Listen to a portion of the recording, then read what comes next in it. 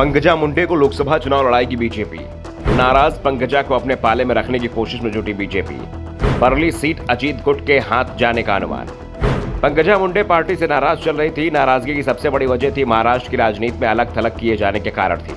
वजह देवेंद्र फडणवीस को माना जा रहा था, क्योंकि राज्य की राजनीति में फडणवीस पंकजा को अपने लिए खतरा मान रहे थे, इसलिए उन्होंने पंकजा को किनारे लगा दिया। बीजेपी में ओबीसी का बड़ा चेहरा माने जाने वाली पंकजा के समर्थकों का दावा है कि विधानसभा चुनाव में पंकजा की हार के पीछे भी फडणवीस का ही हाथ था। परली सीट से पंकजा एनसीपी उम्मीदवार और अपने चचेरे भाई धनंजय मुंडे से हार गई थी। धनंजय मुंडे पहले बीजेपी में ही थे और देवेंद्र फडणवीस से करीबी नेताओं में उनकी गिनती होती है, लेकिन अब बीजेपी ने धनंजय की जगह पंकजा को विधानसभा चुनाव लड़ाने का फैसला किया तो धनंजय ने बगावत कर दी और एनसीपी में शामिल हो गए। एनसीपी ने उन्हें परली सीट से उतारा और धनंजय ने जीत हासिल कर बता दिया कि परली में उनकी लोकप्रियता पंकजा से ज्यादा है। एनसीपी में जब बगावत हुई तो धनंजय मुंडे भी अजीत पवार के साथ एनडीए में आ गए और इस समय वो एनसीपी कोटे से शिंदे सरकार में मंत्री भी हैं, जिसके बाद ये तय माना जा रहा है कि बीजेपी अब अजीत गुट के लिए परली सीट छोड़ेगी। वैसे पंकजा की नाराजगी एनसीपी के एनडीए में आने से पहले ही चली आ रही थी। उन्होंने पिछले दिनों ये ऐलान भी कर दिया था कि वो अपने भविष्य पर मंथन कर रही हैं, फैसला भी ले चुकी हैं, लेकिन वो एक बार अपने नेता अमित शाह से मुलाकात करना चाहती हैं। उसके बाद वो अगला कदम उठाएंगी। दावा हो रहा था कि पंकजा मुंडे कांग्रेस में शामिल हो सकती हैं या फिर एनसीपी में जा सकती हैं। वैसे ऑफर उनके पास उद्धव ठाकरे की शिवसेना की ओर से भी था।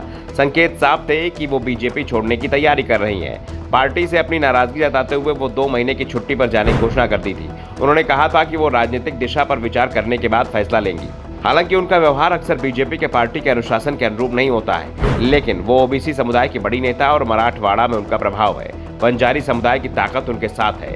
बीजेपी के अंदर भी बड़ी संख्या में ऐसे नेता हैं जो गोपीनाथ मुंडे का सम्मान करते हैं और पंकजा का भी प्रभाव है। इसलिए आगामी लोकसभा और विधानसभा चुनाव को देखते हुए बीजेपी उन्हें नुकसान पहुंचाने का जोखिम नहीं उठा सकती।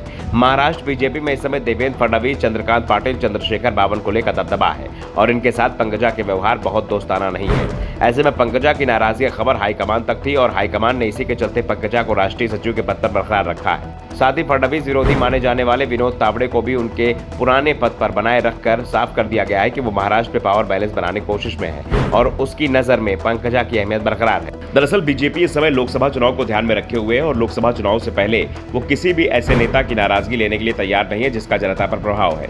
ऐसे में इस बार संकेत मिल रहे हैं कि पंकजा मुंडे को पार्टी लोकसभा चुनाव के दौरान मैदान में उतार सकती है।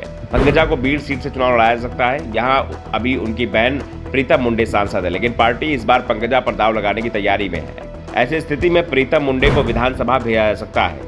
फिलहाल बीजेपी हाईकमान के फैसले से पंकजा के तेवर ढीले पड़ते दिखाई दे रहे हैं और अब वो इंतजार अपने वक्त का कर रही हैं और संकेत इसी बात के हैं कि 2024 के बाद पंकजा एक बार फिर से राजनीति की मुख्य धारा में शामिल हो सकती है, क्योंकि इस समय जितनी जरूरत पंकजा को बीजेपी की है उससे ज्यादा जरूरत बीजेपी को पंकजा मुंडे की है, क्योंकि हाल ही में जो भी सर्वे महाराष्ट्र में आए हैं उसमें एमवीए और एनडीए के बीच कांटे की टक्कर का अनुमान जताया गया है। Bureau report, the Dhakad news.